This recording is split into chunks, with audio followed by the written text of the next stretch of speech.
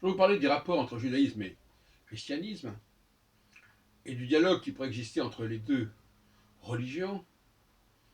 Il faudrait préciser déjà qu'il y a plusieurs judaïsmes et il y a peut-être d'ailleurs plusieurs christianismes. Et par conséquent, il y a un judaïsme qui certainement est plus compatible avec le christianisme qu'un autre, ou qui exige des mises au point différentes, en tout cas. Il y a le judaïsme mosaïque, celui qui est campé notamment dans le livre de l'Exode, mais qui est aussi lié au dernier chapitre de la Genèse, parce que pour moi, on passe de l'un à l'autre. Et puis, il y a le judaïsme prophétique, euh, messianique, qui est celui que l'on trouve dans les deux autres volumes de l'Ancien Testament, comme on dit, à savoir le livre des prophètes et les hagiographes, lesquels comportent notamment les chroniques et les rois. Donc ce n'est pas la même chose.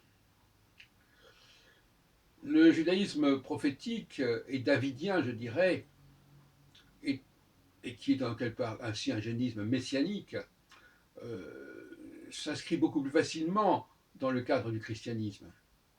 Le débat est simplement sur le fait de savoir si celui-ci est le Messie ou pas. Alors que le judaïsme mosaïque, à mon avis, ne parle pas de Messie du tout. Le judaïsme mosaïque ne parle pas de conversion d'un Dieu qui serait le Dieu des nations. Même si ça, c'est un point qui apparaît un petit peu en filigrane dans le premier chapitre de la Genèse, et uniquement dans le premier chapitre de la Genèse, lorsqu'on parle d'un Dieu qui crée le monde, etc. Mais cet Elohim-là n'a rien à voir, à mon avis, avec le Yahvé, le Jéhovah, qui va suivre. Donc, je dirais, pour ma part, que le judaïsme mosaïque est un judaïsme de l'objectivité. C'est-à-dire un judaïsme qui nous parle d'un peuple bien précis, qui a fait une alliance avec un certain Dieu, qui est lui-même l'expression de plusieurs dieux, si on peut dire, parce que pour moi, le monothéisme n'est pas du tout en contradiction avec le polythéisme. Le monothéisme est une sorte de synthèse du polythéisme, c'est pas du tout la même chose. On peut presque parler d'un panthéon pour Yahvé. Puisque lui-même dit, de je suis le Dieu de tes ancêtres, et donc je suis à la fois le Dieu d'Abraham, je suis à la fois le Dieu d'Isaac, à la fois le Dieu de Jacob, etc. Donc, là, ce que j'appelle le judaïsme de l'objectivité et de la verticalité.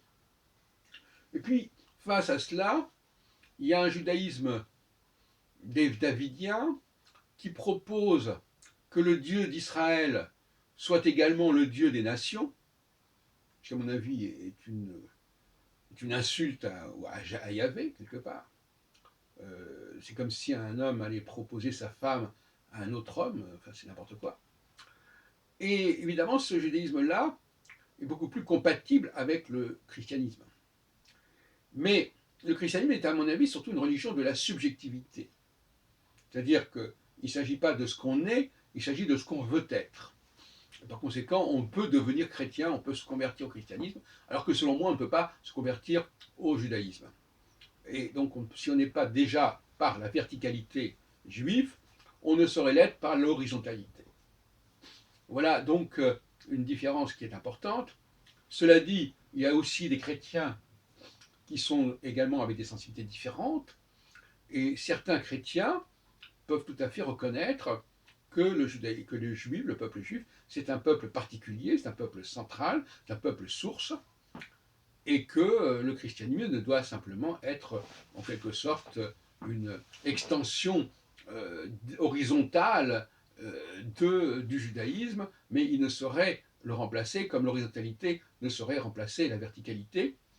Et à la limite, ce christianisme-là pourrait renoncer à l'idée d'un Jésus, fils de Dieu, si ce n'est par analogie avec Isaac, fils d'Abraham. Bon, donc effectivement, c'est aussi le christianisme que je que je souhaite, c'est un christianisme qui reconnaît sa dette envers Israël, non seulement au niveau historique, mais également au niveau d'emprunt aux signifiants juifs, comme le vin, comme le pain, comme la Trinité elle-même, qui est donnée, qui est la base de la croix d'ailleurs, et comme justement ce que je viens de dire, à savoir la notion de filiation, qui dans la Bible est une filiation humaine en quelque sorte, et qui dans le Nouveau Testament se présente comme une sorte de filiation divine. Mais ça pose la question complexe d'ailleurs de savoir ce que c'est que c'est la divinité finalement. Qu'est-ce que c'est que la divinité chez les juifs? Qu'est-ce que c'est que la divinité chez les chrétiens? Et là, il y a tout un débat sur la notion de divinité qui, à mon avis, est à approfondir et qui peut être le fondement d'un colloque. Concernant l'autre judaïsme, qui est actuellement celui qui est dominant, celui qui imprègne notamment les offices de la synagogue, mais ces offices, comme je l'ai dit plusieurs fois, jouent sur le tableau à la fois du judaïsme mosaïque et le judaïsme prophétique, donc c'est très confus. Selon tel et tel psaume ou tel et tel passage, on bascule de l'un à l'autre. On nous parle d'un côté d'un Dieu avec sa Torah et son peuple, de l'autre côté on parle d'un Dieu qui s'ouvre aux nations. C'est pas la même chose. On nous parle d'un peuple qui célèbre régulièrement le Shabbat, et après on nous parle d'une sorte de messianisme avec des temps qui vont arriver, des temps de fin des temps qui vont arriver, ce qui n'est absolument pas, ce qui est totalement étranger à mon avis au judaïsme mosaïque. Voilà, donc voilà un petit peu globalement comment je verrais les rapports judéo-chrétiens s'ils devaient se développer davantage.